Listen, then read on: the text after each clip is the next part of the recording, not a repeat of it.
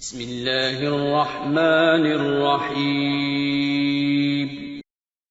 شروع اللہ کا نام لے کر جو بڑا مہربان نہایت رحم والا ہے۔ الف لام میم را۔ اے نبی، یہ کتاب الہی کی آیتیں ہیں اور جو کچھ تمہارے پروردگار کی طرف سے تم پر نازل ہوا ہے حق ہے، لیکن اکثر لوگ ایمان نہیں لاتے۔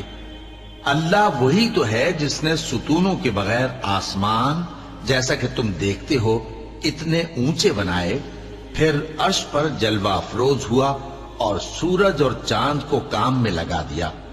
ہر ایک میعاد معین تک گردش کر رہا ہے۔ وہی دنیا کے کاموں کا انتظام کرتا ہے۔ اس طرح وہ اپنی آیتیں کھول کھول کر بیان کرتا ہے کہ تم اپنے پروردگار کے روبرو جانے کا یقین کرو۔ اور وہی ہے جس نے زمین کو پھیلایا اور اس میں پہاڑ اور دریا پیدا کیے اور ہر طرح کے میووں کی دو قسمیں بنائیں۔ وہی رات کو دن کا لباس پہناتا ہے۔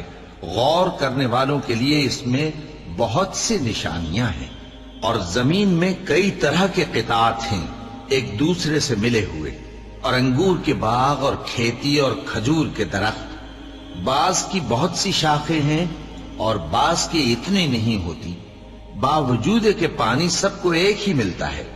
اور ہم بعض میووں کو بعض پر لذت میں فضیلت دیتی ہیں، اور اس میں سمجھنے والوں کے لیے بہت سی نشانیاں ہیں۔ اگر تم عجیب بات سننی چاہو تو کافروں کا یہ کہنا عجیب ہے کہ جب ہم مر کر مٹی ہو جائیں گے تو کیا از نو پیدا ہوں گے؟ یہی لوگ ہیں جو اپنے پروردگار سے منکر ہوئے ہیں، اور یہی ہیں جن کی گردنوں میں طوق ہوں گے، اور یہی اہل دوزخ ہیں کہ ہمیشہ اس میں جلتے رہیں گے۔ اور یہ لوگ بھلائی سے پہلے تم سے برائی جلدی سے مانگتے ہیں، یعنی طالب عذاب ہیں، حالانکہ ان سے پہلے عذاب واقع ہو چکے ہیں۔ اور تمہارا پروردگار لوگوں کو باوجود ان کی بے انصافیوں کے معاف کرنے والا ہے، اور بے شک تمہارا پروردگار سخت عذاب دینے والا ہے۔ اور کافر لوگ کہتے ہیں کہ اس پیغمبر پر اس کے پروردگار کی طرف سے کوئی نشانی کیوں نازل نہیں ہوئی؟ اے نبی، تم تو صرف خبردار کرنے والے ہو، اور ہر ایک قوم کے لیے رہنما ہوا کرتا ہے۔ اللہ ہی اس بچے سے واقف ہے جو عورت کے پیٹ میں ہوتا ہے، اور وہی پیٹ کے سکڑنے اور بڑھنے سے بھی واقف ہے، اور ہر چیز کا اس کے ہاں ایک اندازہ مقرر ہے۔ وہ چھپی اور ظاہر چیزوں کا جاننے والا ہے، سب سے بزرگ ہے، عالی رتبہ ہے۔ کوئی تم میں سے چپکے سے بات کہے یا پکار کر، یا رات کو کہیں چھپ جائے یا دن کی روشنی میں کھلم کھلا چلے پھرے، اللہ کے نزدیک برابر ہے۔ اس کے آگے اور پیچھے اللہ کے چوکیدار ہیں جو اللہ کے حکم سے اس کی نگرانی کرتے ہیں۔ اللہ اس نعمت کو جو کسی قوم کو حاصل ہے نہیں بدلتا جب تک کہ وہ اپنی حالت کو نہ بدلے، اور جب اللہ کسی قوم کے ساتھ برائی کا ارادہ کرتا ہے تو وہ پھر نہیں سکتی، اور اللہ کے سوا ان کا کوئی مددگار نہیں ہوتا۔ وہی تو ہے جو تم کو ڈرانے اور امید دلانے کے لیے بجلی دکھاتا اور بھاری بھاری بادل پیدا کرتا ہے، اور رعد اور فرشتے سب اس کے خوف سے اس کی تسبیح و تحمید کرتے رہتے ہیں۔ اور وہی بجلیاں بھیجتا ہے، پھر جس پر چاہتا ہے گرا بھی دیتا ہے، جبکہ وہ اللہ کے بارے میں جھگڑتے ہیں، اور وہ بڑی قوت والا ہے۔ کام کا پکارنا تو اسی کا ہے، اور جن کو یہ لوگ اس کے سوا پکارتے ہیں وہ ان کی پکار کو کسی طرح قبول نہیں کرتے، مگر اس شخص کی طرح جو اپنے دونوں ہاتھ پانی کی طرف پھیلا دے تاکہ دور ہی سے اس کے منہ تک آ پہنچے، حالانکہ وہ اس تک کبھی بھی نہیں آ سکتا۔ اور اسی طرح کافروں کی پکار بیکار ہے۔ اور جتنی مخلوقات آسمانوں اور زمین میں ہے، خوشی سے یا ناخوشی سے اللہ کے آگے سجدہ کرتی ہے، اور ان کے سائے بھی صبح و شام سجدے کرتے ہیں۔ چونکہ آیت سجدہ تلاوت کی گئی ہے، لہذا سامعین پر سجدہ واجب ہے۔ ان سے پوچھو کہ آسمانوں اور زمین کا پروردگار کون ہے؟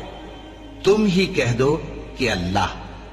ان سے کہو کہ کیا تم نے اللہ کو چھوڑ کر ایسے لوگوں کو کارساز بنایا ہے جو خود اپنے نفع و نقصان کا بھی اختیار نہیں رکھتے؟ کہو کیا اندھا اور آنکھوں والا برابر ہیں، یا اندھیرا اور اجالا برابر ہو سکتا ہے؟ بھلا ان لوگوں نے جن کو اللہ کا شریک مقرر کیا ہے، کیا انہوں نے اللہ کسی مخلوقات پیدا کی ہے جس کے سبب ان کے لیے مخلوقات مشتبہ ہو گئی ہے؟ کہہ دو کہ اللہ ہی ہر چیز کا پیدا کرنے والا ہے اور وہ یکتا ہے، بڑا زبردست ہے۔ اسی نے آسمان سے مے برسایا، پھر اس سے اپنے اپنے اندازے کے مطابق نالے بہہ نکلے، پھر پانی پر پھولا ہوا جھاگ آ گیا، اور جس چیز کو زیور یا کوئی اور سامان بنانے کے لیے آگ میں تپاتے ہیں اس میں بھی ایسا ہی جھاگ ہوتا ہے۔ اس طرح اللہ حق و باطل کی مثال بیان فرماتا ہے۔ سو جھاگ تو سوکھ کر زائل ہو جاتا ہے، اور پانی جو لوگوں کو فائدہ پہنچاتا ہے وہ زمین میں ٹھہرا رہتا ہے۔ اس طرح اللہ صحیح اور غلط کی مثالیں بیان فرماتا ہے تاکہ تم سمجھو۔ جن لوگوں نے اللہ کے حکم کو قبول کیا ان کی حالت بہت بہتر ہوگی، اور جنہوں نے اس کو قبول نہ کیا، اگر روئے زمین کے سب خزانے ان کے اختیار میں ہوں تو وہ سب کے سب اور ان کے ساتھ اتنے ہی اور نجات کے بدلے میں صرف کر ڈالیں، مگر نجات کہاں؟ ایسے لوگوں کا حساب بھی برا ہوگا، اور ان کا ٹھکانہ بھی دوزخ ہے، اور وہ بری جگہ ہے۔ بھلا جو شخص یہ جانتا ہے کہ جو کچھ تمہارے پروردگار کی طرف سے تم پر نازل ہوا ہے حق ہے، وہ اس شخص کی طرح ہے جو اندھا ہے، اور سمجھتے تو وہی ہیں جو عقل مند ہیں، جو اللہ کے عہد کو پورا کرتے ہیں اور قول و قرار کو نہیں توڑتے، اور جن رشتوں کے جوڑے رکھنے کا اللہ نے حکم دیا ان کو جوڑے رکھتے اور اپنے پروردگار سے ڈرتے رہتے اور برے حساب سے خوف رکھتے ہیں، اور جو اپنے پروردگار کی خوشنودی حاصل کرنے کے لیے مصائب پر صبر کرتے ہیں اور نماز پڑھتے ہیں، اور جو مال ہم نے ان کو دیا ہے اس میں سے پوشیدہ اور ظاہر خرچ کرتے ہیں اور نیکی سے برائی کو دور کرتے ہیں، یہی لوگ ہیں جن کے لیے عاقبت کا گھر ہے، یعنی ہمیشہ رہنے کے باغات جن میں وہ داخل ہوں گے، اور ان کے باپ دادوں اور بیویوں اور اولاد میں سے جو نیکوکار ہوں گے وہ بھی بہشت میں جائیں گے، اور فرشتے بہشت کے ہر ایک دروازے سے ان کے پاس آئیں گے اور کہیں گے تم پر سلام ہو، یہ تمہاری ثابت قدمی کا بدلہ ہے، اور عاقبت کا گھر خوب گھر ہے۔ اور جو لوگ اللہ سے پختہ عہد کر کے اس کو توڑ ڈالتے اور جن رشتوں کے جوڑے رکھنے کا اللہ نے حکم دیا ہے ان کو قطع کر دیتے اور ملک میں فساد کرتے ہیں، ایسوں پر لعنت ہے اور ان کے لیے برا انجام ہے۔ اللہ جس کا چاہتا ہے رزق فراخ کر دیتا ہے اور جس کا چاہتا ہے تنگ کر دیتا ہے، اور کافر لوگ دنیا کی زندگی پر خوش ہو رہے ہیں، اور دنیا کی زندگی آخرت کے مقابلے میں بہت تھوڑا سامان ہے۔ اور کافر کہتے ہیں کہ اس پیغمبر پر اس کے پروردگار کی طرف سے کوئی نشانی کیوں نازل نہیں ہوئی؟ کہہ دو کہ اللہ جسے چاہتا ہے گمراہ کرتا ہے، اور جو اس کی طرف رجوع ہوتا ہے اس کو اپنی طرف کا رستہ دکھاتا ہے، یعنی ان کو جو ایمان لاتے اور جن کے دل اللہ کی یاد سے آرام پاتے ہیں ان کو۔ اور سن رکھو کہ اللہ کی یاد سے ہی دل آرام پاتے ہیں۔ جو لوگ ایمان لائے اور عمل نیک کیے ان کے لیے خوشحالی اور عمدہ ٹھکانہ ہے۔ جس طرح ہم پہلے پیغمبر بھیجتے رہے ہیں اسی طرح اے نبی ہم نے تم کو اس امت میں جس سے پہلے بہت سی امتیں گزر چکی ہیں بھیجا ہے، تاکہ تم ان کو وہ کتاب جو ہم نے تمہاری طرف بھیجی ہے پڑھ کر سنا دو۔ اور یہ لوگ رحمان کو نہیں مانتے۔ کہہ دو وہی تو میرا پروردگار ہے، اس کے سوا کوئی معبود نہیں، میں اسی پر بھروسہ رکھتا ہوں اور اسی کی طرف رجوع کرتا ہوں۔ اور اگر کوئی قرآن ایسا ہوتا کہ اس کی تاثیر سے پہاڑ چل پڑتے یا زمین پھٹ جاتی یا مردوں سے کلام کر سکتے تو کیا یہ لوگ ایمان لے آتے؟ بات یہ ہے کہ سب باتیں اللہ کے اختیار میں ہیں، تو کیا مومنوں کو اس سے اطمینان نہیں ہوا کہ اگر اللہ چاہتا تو سب لوگوں کو ہدایت کے رستے پر چلا دیتا، اور کافروں پر ہمیشہ ان کے اعمال کے بدلے آفت آتی رہے گی یا ان کے مکانات کے قریب نازل ہوتی رہے گی یہاں تک کہ اللہ کا وعدہ آ پہنچے۔ بے شک اللہ وعدہ خلاف نہیں کرتا۔ اور تم سے پہلے بھی رسولوں کے ساتھ تمسخر ہوتے رہے ہیں، تو میں نے کافروں کو مہلت دی، پھر میں نے ان کو پکڑ لیا، سو دیکھ لو کہ میرا عذاب کیسا رہا۔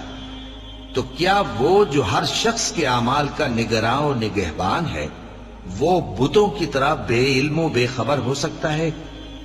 اور ان لوگوں نے اللہ کے شریک مقرر کر رکھے ہیں۔ ان سے کہو کہ ذرا ان کے نام تو لو۔ کیا تم اسے ایسی چیزیں بتاتے ہو جو روئے زمین پر ہیں اور اسے معلوم نہیں، یا تم لوگ محض سطحی بات کی تقلید کرتے ہو؟ اصل یہ ہے کہ کافروں کو ان کے فریب خوبصورت معلوم ہوتے ہیں اور وہ ہدایت کے رستے سے روک لیے گئے ہیں، اور جسے اللہ گمراہ رہنے دے اسے کوئی ہدایت کرنے والا نہیں۔ ان کو دنیا کی زندگی میں بھی عذاب ہے اور آخرت کا عذاب تو بہت ہی سخت ہے، اور ان کو اللہ کے عذاب سے کوئی بھی بچانے والا نہیں۔ جس جنت کا پرہیزگاروں سے وعدہ کیا گیا ہے اس کی شان یہ ہے کہ اس کے نیچے نہریں بہ رہی ہیں، اس کے پھل ہمیشہ باقی رہنے والے ہیں اور اس کے سائے بھی۔ یہ ان لوگوں کا انجام ہے جو متقی ہیں، اور کافروں کا انجام دوزخ ہے۔ اور جن لوگوں کو ہم نے کتاب دی ہے وہ اس کتاب سے جو تم پر نازل ہوئی ہے خوش ہوتی ہیں، اور بعض فرقے اس کی بعض باتیں نہیں بھی مانتے۔ کہہ دو کہ مجھ کو یہی حکم ہوا ہے کہ اللہ ہی کی عبادت کروں اور اس کے ساتھ کسی کو شریک نہ بناؤں۔ میں اسی کی طرف بلاتا ہوں اور اسی کی طرف مجھے لوٹنا ہے۔ اور اسی طرح ہم نے اس قرآن کو عربی زبان کا فرمان بنا کر نازل کیا ہے، اور اگر تم علم آ جانے کے بعد ان لوگوں کی خواہشوں کے پیچھے چلو گے تو اللہ کے سامنے کوئی نہ تمہارا مددگار ہوگا اور نہ کوئی بچانے والا۔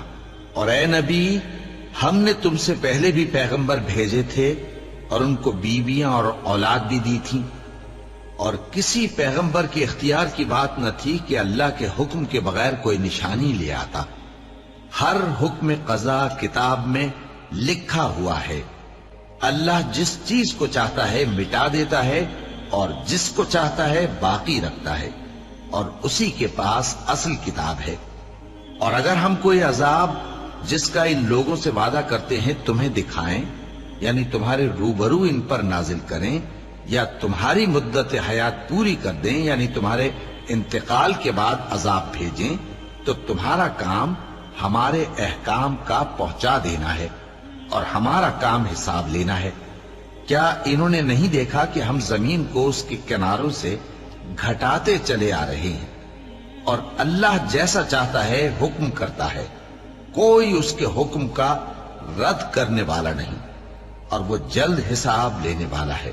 جو لوگ ان سے پہلے تھے وہ بھی بہتیری تدبیریں کرتے رہے ہیں، سو تدبیر تو سب اللہ ہی کی ہوتی ہے۔ ہر شخص جو کچھ کر رہا ہے اللہ اسے جانتا ہے، اور کافر جلد معلوم کر لیں گے کہ آخرت میں اچھا انجام کس کے لیے ہوتا ہے۔ اور کافر لوگ کہتے ہیں کہ تم پیغمبر نہیں ہو۔ کہہ دو کہ میرے اور تمہارے درمیان اللہ اور وہ شخص جس کے پاس کتاب آسمانی کا علم ہے بطور گواہ کافی ہے۔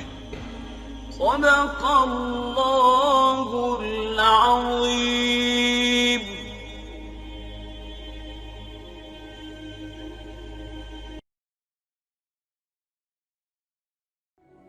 تذكر يوما كنت تعانق دمعة الفكر تناجي الله في صبر وترجو رحمة تسري